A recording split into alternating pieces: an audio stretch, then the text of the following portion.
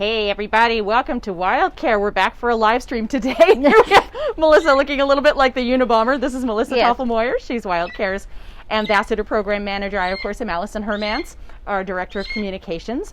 And what are we talking about today, Melissa? So I thought it'd be good to talk about how we take care of the animals in different types of weather. Sure. That's a question we get quite a bit, is especially right now since we have ash falling and... the heat wave, and the heat wave, and we got smoke and all sorts of stuff, and what problems those present for our animals and animals in the wild. Definitely. So we'll start off here. So we'll start with the heat wave. So we had 106, I believe it was on. At least, yep. Yeah, on Sunday. So it's very important to obviously keep everybody nice and cool. So what we've done here is we've kind of put up some sunshade sails. Pretty too. Yeah. It's all just put together. That's it, exactly. So that's protecting Hinton, our Swainson's hawk, whom you can hear in the background there. And that's protecting her from stimulus and also from the sun, because as the sun moves through the courtyard, it heats up certain areas. Oh, so hot. So we're giving them more shade to hide out behind. And of course, the tent is what I did for the birds. I'm like, it's 106 degrees. What do?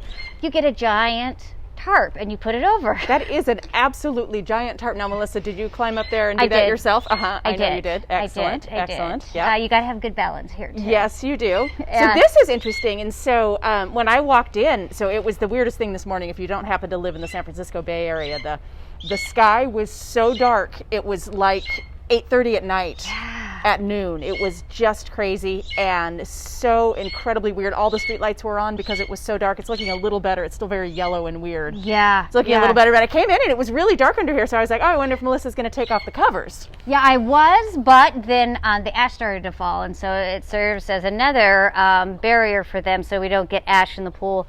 Ash in the pool, can get on their feathers. It also can change the chemistry a little bit of the water. Pool chemistry is very, very important. Since this beautiful pool was donated to us by Hendrickson Pools, we want to make sure that we take very good care of their donation.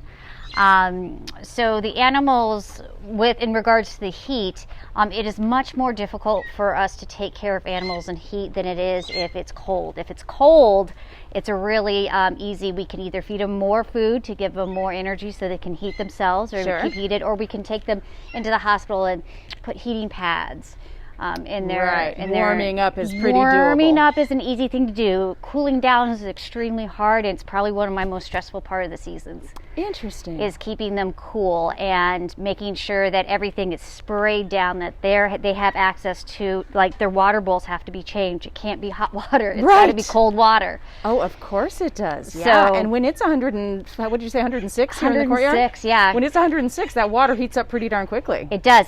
And we hose down the walls. We hose down the gravel or the dirt. So anywhere that we can just cool it down just for a little bit is going to be less stressful on them. And then in regards to the ash, people are like, well, what do you do? And the answer is there's not a lot we can do except not create a lot of activity for them. Right. So they're not breathing heavily. They're not pulling that air into their lungs. Right. Sure. They're not stressed out. They're not pulling higher doses of that ash into their air sacs. So when it gets like this, and this is air quality and heat and everything, you want to keep the stress down. So we're not going to be training with them.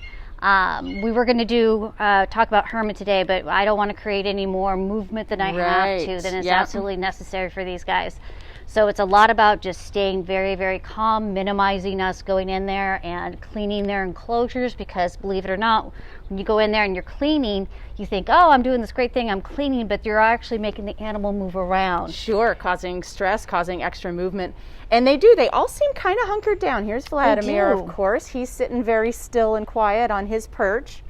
We have Kayleigh, the American kestrel, up here, also sitting very still and quiet. Yeah. On his perch, he's looking a little fluffed up. Yeah, he's probably trying to warm up. It's actually kind of cold. Yeah, it's very cool today, which is interesting. Yeah, we don't have Mojave, the desert tortoise, is not out. Oh! Looks like he just came out of his little. He just came out of his. Or maybe he's going back in. I don't know. Here's Mo doing a little tour of his enclosure. Yeah, it's funny because all of those tarps and things, they don't make the courtyard look super attractive, but it's obviously the top priority is always going to be taking care of the animals and doing what they need in order to be comfortable and survive. Yeah, you got to come up with a whole bunch of, that's the thing about working with wildlife, you come up to a lot of solutions to a lot of unique problems. Yep, Mo's moving slowly, huh? Yeah, and he's like, oh, this is not the desert. But, and in the wild, when we talk about wildfires, you see these ash, smoke, heat, everything like that, the animals either flee from the wildfire, they burrow or they hide underneath, right? Or they I guess if you get into a burrow, if you're underground, you're probably okay, Yeah, and then you'll go stand in the middle of a river. So these guys, their natural instinct is to hunker down, just to stay still. So that's why we don't want to just, stress them out or disturb them too much. We want them to do their natural thing, which is like, okay, the air's bad, maybe a wildfire's coming, I'm just going to hunker down here and just wait it out. Right. Does he have heat in his enclosure? He does. He does. So he does. He looks like he might be making his way back in there to go and sit on his heating pad. He just had a nice bath as well, because we soak Mo every day, and so he had a nice temperate bath of 94 degrees. Ooh, lovely. Yes, it's like a little hot tub for the tortoise. Yes, he loves it. Yeah, look at him. He's totally going in. Look at that back foot. Oh, he's so wonderful. Oh, let me just push. How do we love the tortoise? Let us count the ways. He's great, and he's extremely determined. He is. He's a stubborn tortoise, but he's going in. He's stepping up on tippy toes. Can everybody see that? Oh, let me use my big elephant feet. And we go. Okay, so Mo has made his way into his Mo has left the building. Oh, I guess when I do this, you guys can see the smoke again. If you're not living in the Bay Area, you're not experiencing this. It was so incredibly weird. Here's Sequoia. She's looking a little fluffed up as well. Yeah, fluffing up there. Again, they're going to sit really tight during all of this. We do have evacuation plans. If we need to evacuate, we have that all set to go. And everybody's been versed in that, on what we do with our animals when we evacuate, who takes what, and also taking their food and their vitamins and medicines with them. Sure, absolutely. It's a real plan, and of course that's consistent for the Wildlife Hospital as well. Yeah, so absolutely. We have everyone all set to take the ambassadors and then also the Wildlife Hospital patients. It's a very interesting thing to be. It's a well-oiled machine. It's a well-oiled machine, but it's a tiny machine. Yes, but it's a good well-oiled machine. Pool bird's not moving around very much. Let's take a quick look at Cash over here. Oh, there he goes. Cash, you little lunatic. Always busy. He's always busy. Yes, he is. Kind of hard to see him through the wires there. And I saw yesterday, over the weekend, someone was giving Oakley a piece of frozen watermelon, our squirrel. Yes. Hi, Cash. Yeah, we can do ice packs and stuff, but they don't always stay in place. So, but hosing down, yes, giving them frozen food is another really good way to try to cool them down. Gosh, but we all know, the benefits of a popsicle don't last very long. No, they don't. I don't know if Oakley is up or not. Usually. And I know you missed them. I hear you turning on the sprinkler on top of on top in here to keep the water moving. Yep. So you can kind of see here with the, I don't know if I can get up there. Look at all of that ash. Oh my gosh.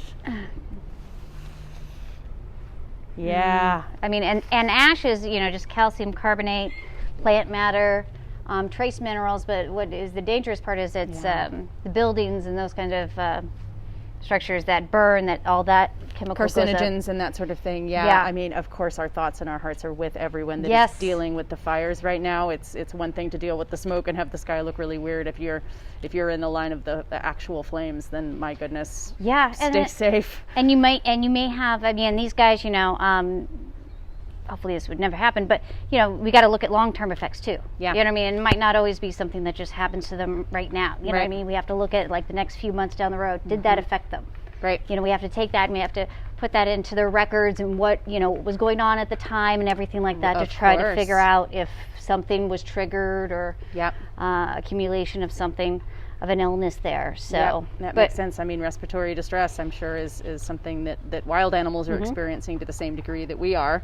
Yeah. And it's got to stay still, don't move around too much. And I think you'll notice that with the wildlife in your yard as well. Oh, sure. And the birds have that unilateral breathing, so they're breathing in and out, breathing out, breathing out. You know what I mean? So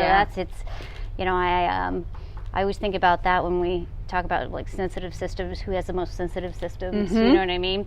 Most birds don't burrow, so they have to be out in the open, Right. Like if it's the opossum, they can get into an area that probably has a little more protected, right? Right, clean environment, whereas the birds are just, that's it. That's all you've got. Yeah, you might be able to tuck yourself under a tree, but that's what you've got. That's really interesting. Yeah, so birds probably are affected more than many other animals. Yeah, absolutely. Yeah, and it's just so unfortunate right now is it's just there's so much going on. There's so many different stresses that we personally have to deal with, but they have to deal with that they're dealing with as well.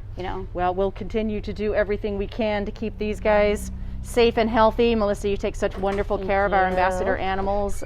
It's raining squirrels in the wildlife hospital. We have 82 squirrels in care right now. So it's been here come some squirrels.